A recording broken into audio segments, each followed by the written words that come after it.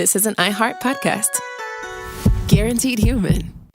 With no fees or minimums on checking accounts, it's no wonder the Capital One Bank guy is so passionate about banking with Capital One. If he were here, he wouldn't just tell you about no fees or minimums. He'd also tell you about how Capital One cafes are open 7 days a week to assist with your banking needs. Yep, even on weekends. It's pretty much all he talks about, in a good way. What's in your wallet? Terms apply. See CapitalOne.com/bankguy. Capital One N.A., member FDIC. Hey, folks. Owning a home means one thing.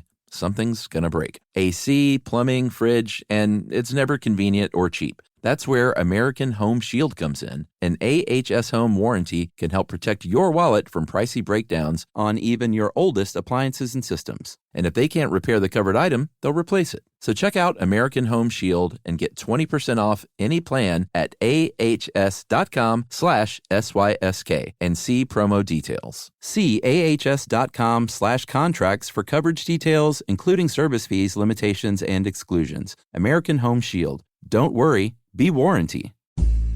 Hey everybody, Chuck here for my weekly Stuff You Should Know Selects pick.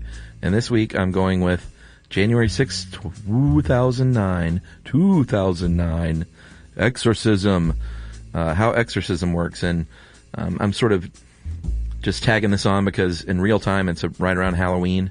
And I remember the Exorcism episode was pretty cool. And we talk about the real kind of exorcism. We obviously talk about the movie The Exorcist a little bit, but we try to break it down into what's really going on there with real-life exorcism. So, enjoy How Exorcism Works.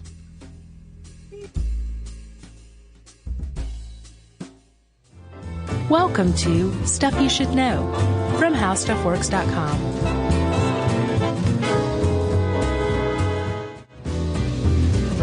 Hey, and welcome to the podcast. I'm Josh, that's Chuck, and this is Stuff You Should Know. We're about to tell you some stuff you should know, aren't we, Chuck? We are. You never intro our title like that. I like that. It's new. I tried it before. Uh-huh. I know that you like it, which is why I instituted it. I do. I'd love to titillate and arouse you. Yeah. Moving on. Chuck, have you ever heard of a guy named Philip K. Dick? Yes. Absolutely. He's an author, correct? Yes. He wrote Blade Runner, correct? Well, Do Androids Dream of Electric Sheep? Right. Which was made into Blade Runner. Exactly. And he wrote Minority Report and A Scanner Darkly, some other ones you may have heard of. Good stuff. And if you can't tell yet, he was a science fiction writer.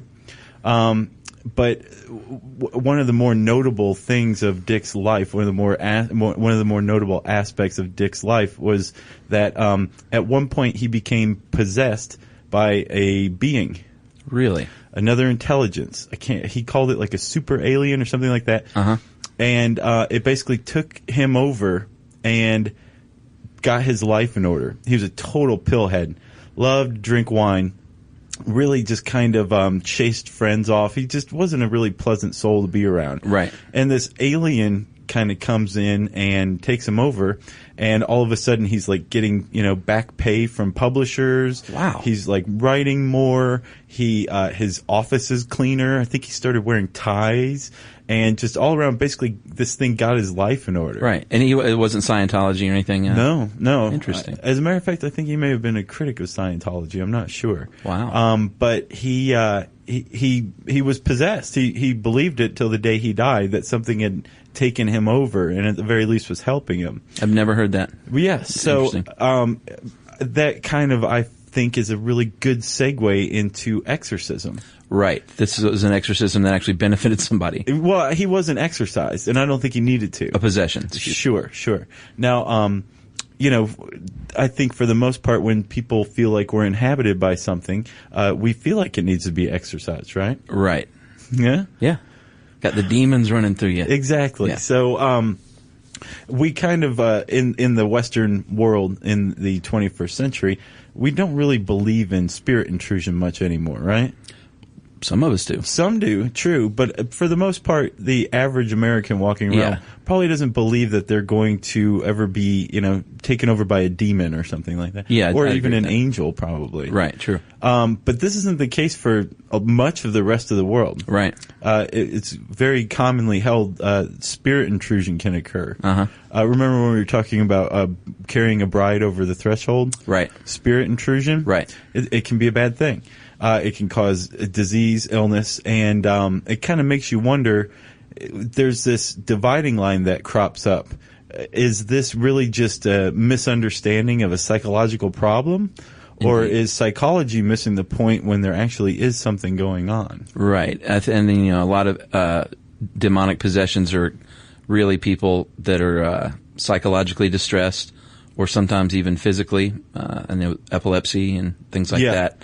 A lot of times are mistaken in some parts of the world. Well, with epilepsy in particular, you can tell. You can throw somebody in an MRI machine and look at the parts of their brain and see, oh yeah, this person's definitely epileptic. Right. Of course, the convulsions often give them away as well. Yeah. But with schizophrenia, say. Exactly. For many eons, that was viewed as a spirit intrusion or spirit possession, right? Which makes sense. I mean, these people with dissociative personality disorder are different people at different times. So you can understand how that would be mistaken as a possession. Sure. In the past, I could. Sure, but still today, I kind of wonder, is it just a clash of worldviews, Maybe so. Is a psychological disorder just another term for spirit possession when they're really both talking about the same thing? Right. And does it matter? So That's an interesting angle. Thanks, buddy. So the point is this. Psychology has its own methods of exorcism, antidepressants, psychotherapy. Yes, ECT, electroconvulsive therapy, which is still used to this day. Did you know that? I didn't. I think we have the method refined a little more than we used to. Right. But they still hook people up with the electrodes and juice them. Actually, I did know that because it happened on 6 Feet Under, and Don't tell me. I'm in season 3. Oh, don't tell me. Then it definitely does not happen on 6 Feet Under. Thank you for that. Sorry about that. Yeah, no problem.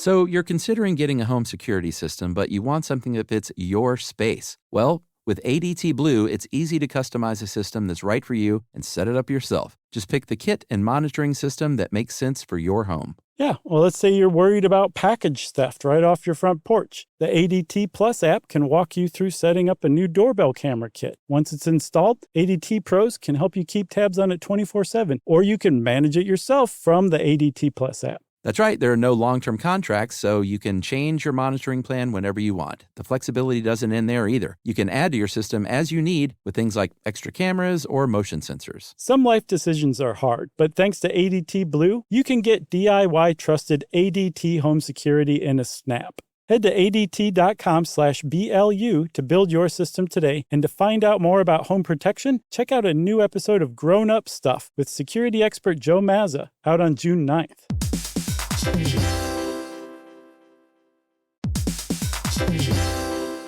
Work can be a little weird. One minute you're in a meeting that could have been an email. The next you're trying to decode corporate jargon that somehow means nothing. And don't even get us started on the quick sync that turns into a 45-minute deep dive. Yeah, well, the truth is figuring out your career isn't always straightforward. Whether you're trying to grow, pivot, or just stay relevant, it can feel like you're navigating it all on your own. Well, that's where LinkedIn comes in. That's right. LinkedIn can help you grow your career, helping you confidently navigate your path with insights, ideas, and inspiration from your professional community. You can stay up to date with the latest trends in your field, connect with people who get it, and discover opportunities tailored to your goals, your experience, and what actually matters to you. Whether you're looking for something new or just trying to grow where you are, LinkedIn gives you the tools and connections to move forward with confidence. Because LinkedIn is the network that works for you. Visit linkedin.com/knowstuff to learn more.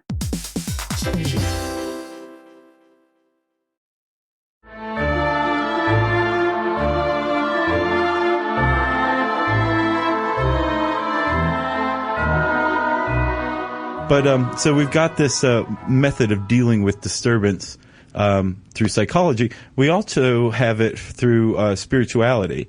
And specifically, the Catholic Church is really, really big on exorcisms. Yes. They're the only church that I know of that really still practices it. And yeah. Now, I was raised Catholic, and as you get older, when you're raised in the Catholic Church, everything seems totally normal. Oh, this guy's wearing a robe and chanting and burning frankincense, and everybody else, is responding with, some weird, mystical words. Right. The thing is like as you get older, it becomes stranger and stranger, because as any Catholic knows, the older you get, the further you get away from the church, right? So you get a little more objective. You get an objective view of it. I think that's not necessarily true for all people, but certainly. So when you look at the Catholic Church objectively, or Catholicism, it's deeply rooted in mysticism. And it doesn't strike me as odd at all that the Catholic Church is still very much believes in exorcism, in demonic possession. Yeah, I believe it. Which we should probably give an actual definition of demonic possession, right, as the Catholic Church sees it. Well, possession or exorcism? Possession. Well, I know some of the telltale signs. Yeah, let's hear them, buddy. Yeah, speaking in tongues a lot of times is considered... No. Pardon? No. It's not considered part of a demonic possession? Speaking in tongues is considered an expression of religious ecstasy. Speaking in foreign languages that one's never encountered, or dead languages, right? That's an example. That's I actually said speaking in foreign tongues. I just said it very quietly. Oh, the foreign was it? Yeah. Was the foreign silent? Foreign was silent. Yeah, that is true. Knowing things that a person has no way of knowing. Yeah, like what the Pope's wearing at any given time. Right. Sure. I bet he's wearing a robe and a tall hat. That's what I possessed? No, underneath the robe. Oh, wow. If you can call that, I imagine they're going to be like, yeah, I won't go there. Know too much. Physical strength beyond what you normally would have. Which we've addressed as well. Right. Yeah. And a violent aversion to God, the Virgin Mary, or a cross, or other religious images. Yeah. So that's, pretty much it. If you can fit all these, then, there's a chance that you are possessed by the devil as far as the church is concerned. I didn't see in here head spinning around or vomiting pea soup. No. Or the spider crawl. No, and of course, Chuck's referring to the classic horror film, The Exorcist, which I watched actually this past Halloween. Really? Not as scary as I remember, but psychologically thrilling. Yeah. Great. And after researching this, I found that if you take Linda Blair out of the scenes... Yes. And you just have the exorcism, the rites of exorcism that are performed by Max von Sydow and the other guy. Accurate. It is. It's very accurate. Absolutely. It's pretty much the opposite of the website Garfield minus Garfield, where if you take Garfield out, it turns out that John is either schizophrenic or addicted to methamphetamines, or possessed by the devil. Possibly. Full circle. Yeah. So it's the opposite of that. It really a Catholic exorcism or rite of exorcism is a series of special prayers, and actually it's a combination of fairly familiar prayers. There's a lot of call and response. Right. There's dousing the possessed individual with holy water, and using crucifixes and relics. Right. Which can be anything associated with the saint, including a body part. There's actually the saints. If you were a saint several hundred years ago, you were destined to be chopped up into as many little pieces as possible and sent to churches around the world. Yeah, relics are huge. Interesting. Yeah, well, there you go. Didn't know that either. Well, before this all happens, there's an investigation. I mean, this is when there's a real threat of a possession. You can actually lodge a query to the Catholic Church, and they'll send someone out. A lot of times that priest will come with a psychological evaluator just to rule out other things. Sometimes they'll go to a medical doctor, but they actually do a full-fledged investigation. And they said, I think 1 in 5,000 turns out to be what they consider to be a real demonic possession. Or at the very least, worth using an exorcism for. Yeah, worth giving it a shot. Yeah, I didn't want you to get the impression that I think that the church's approach to exorcism is hokey in any way. I think they take a very methodical approach. They do. And they rule out everything else that it could possibly be.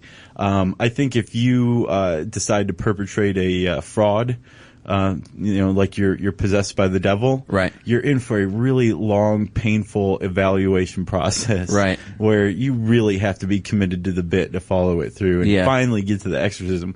And if you're basing it on movies, you'd probably be really disappointed, right? There's this book that this guy wrote. I cannot remember his name or the name of the book, but he was a sociologist who basically went to exorcisms performed around the country for several years during this research period.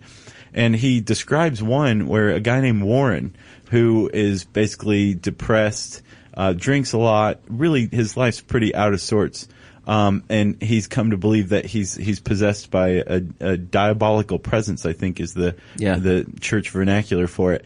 And basically the priest just prays for him. And there's the holy water and the crucifix and all that. And Warren just kind of sits there looking a little gloomy the whole time, and then that's about that. Right. And apparently in the book, Warren reported feeling like something had left him, which is good. Sure. It's a good thing. He said he felt fine, but it was fairly anticlimactic. Right. Like I have you said, that, no head spinning or anything. I have that book title if people want to read it. It's called American Exorcism, Expelling Demons in the Land of Plenty by Michael Cuneo? Cuneo? Let's go with Cuneo. Yeah. Kashkari.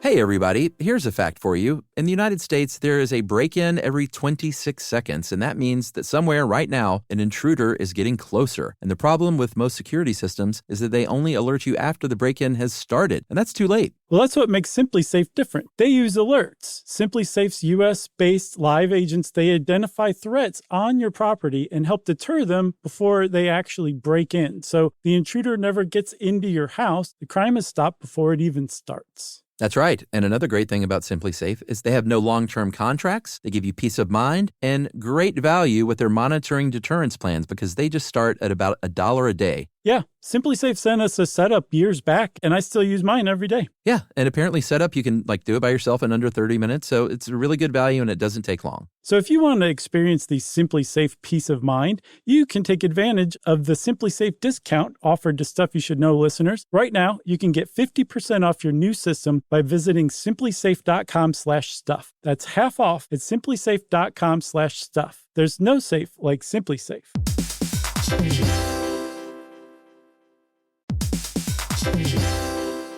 Work can be a little weird. One minute you're in a meeting that could have been an email. The next you're trying to decode corporate jargon that somehow means nothing. And don't even get us started on the quick sync that turns into a 45-minute deep dive. Yeah, well, the truth is figuring out your career isn't always straightforward. Whether you're trying to grow, pivot, or just stay relevant, it can feel like you're navigating it all on your own. Well, that's where LinkedIn comes in. That's right. LinkedIn can help you grow your career, helping you confidently navigate your path with insights, ideas, and inspiration from your professional community. You can stay up to date with the latest trends in your field, connect with people who get it, and discover opportunities tailored to your goals, your experience, and what actually matters to you. Whether you're looking for something new or just trying to grow where you are, LinkedIn gives you the tools and connections to move forward with confidence. Because LinkedIn is the network that works for you. Visit linkedin.com/knowstuff to learn more.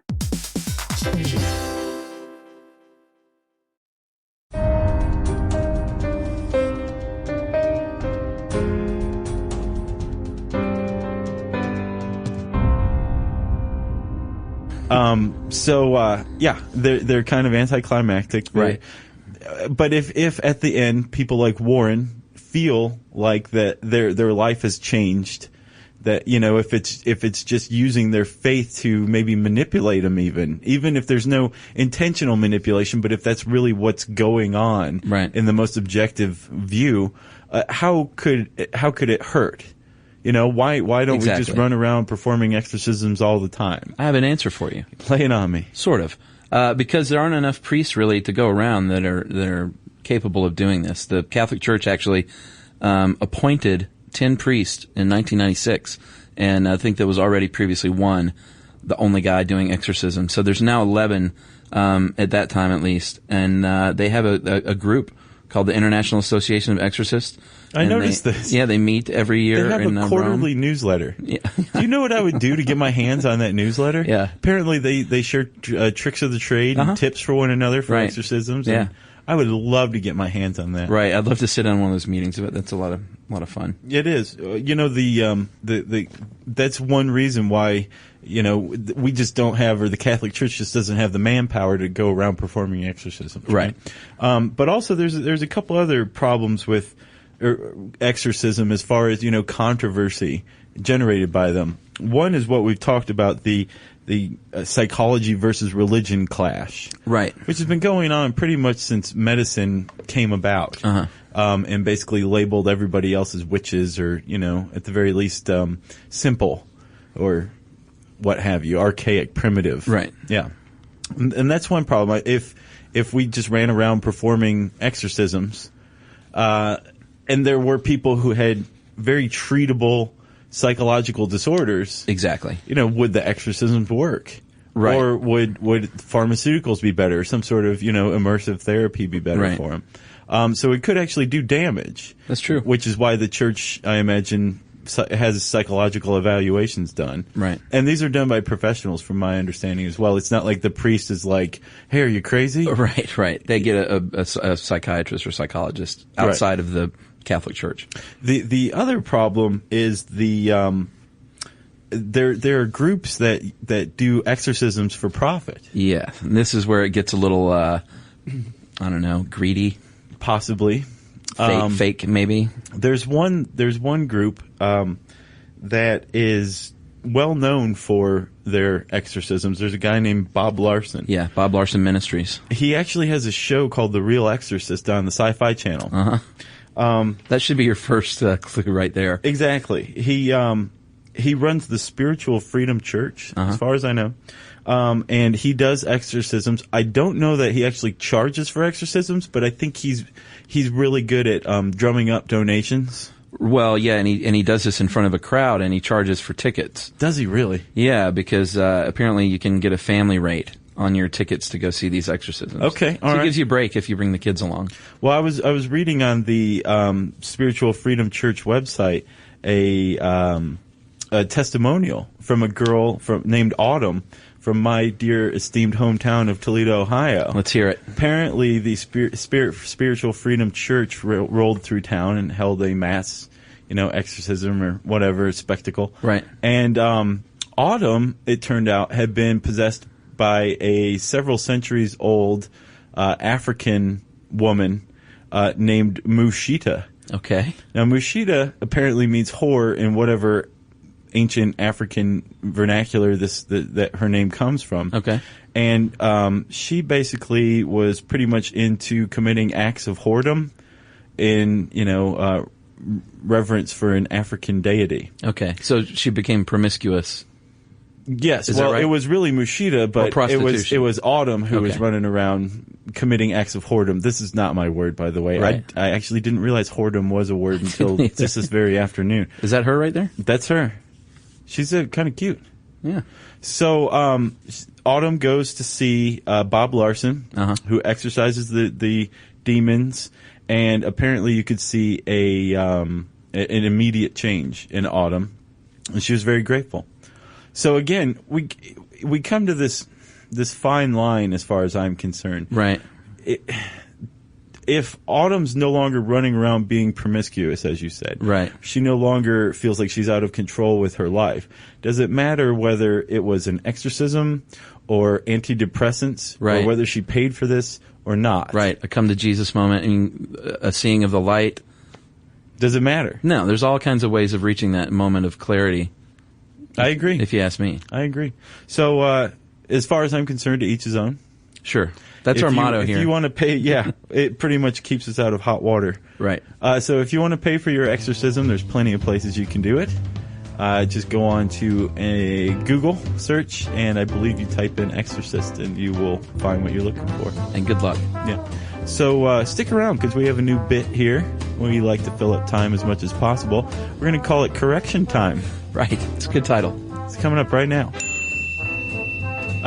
So, Chuck, we have a correction from one of our listeners. Right. This was from a couple of our podcasts. We mentioned this famous study in Massachusetts. Let's go to a clip of Chuck being wrong. So what they've learned is that there was this big study. I know that you love this study, the Farmington Heart Study. I love this study. It's enormous. It's sweeping. This is what a study should be like. Right. So that's me, and that's my voice, and it is not Farmington. No. It is actually Framingham. Not even. There's no ton involved. There's no farm. It is a frame. Yeah. And this was pointed out by one of our listeners. Glenna Carpenter wrote us in. Thank you, Glenna, for pointing that out. Yes, and Glenna being nice won herself about a new Ford Focus, actually, for pointing that out. Yeah. So if you want to point out something that we've done wrong or tell us how much you like us. Or hate us. Yeah, more like us, though. Okay. You can send an email to stuffpodcast@howstuffworks.com. For more on this and thousands of other topics, visit HowStuffWorks.com. The next time you end up with something on your shirt, don't turn to your usual detergent. Check out Tide Evo. Tide Evo represents over 10 years of innovation in product development. It's a revolutionary 100% concentrated waterless laundry tile made of compressed microfiber soap layers rather than liquid or powder. It's not pods and it's not sheets. It uses 6 layers of detergent fibers to deliver superior cold water cleaning without plastic packaging. It's mess-free, lightweight, and dissolves quickly. Try new Tide Evo. Real laundry magic. Geico presents a 30-second podcast between your podcast. Today's story is shared by one of our listeners. It's called Betrayed by Bill. It was in that moment I caught who was staring back at me in betrayal. Or more like what? My insurance bill. With trembling hands, I grabbed my phone and switched to Geico, saving about $900 in the process, and never to be betrayed again. Now that was bloody riveting. It feels good when the story ends with savings. It feels good to Geico. This is an iHeart podcast. Guaranteed human.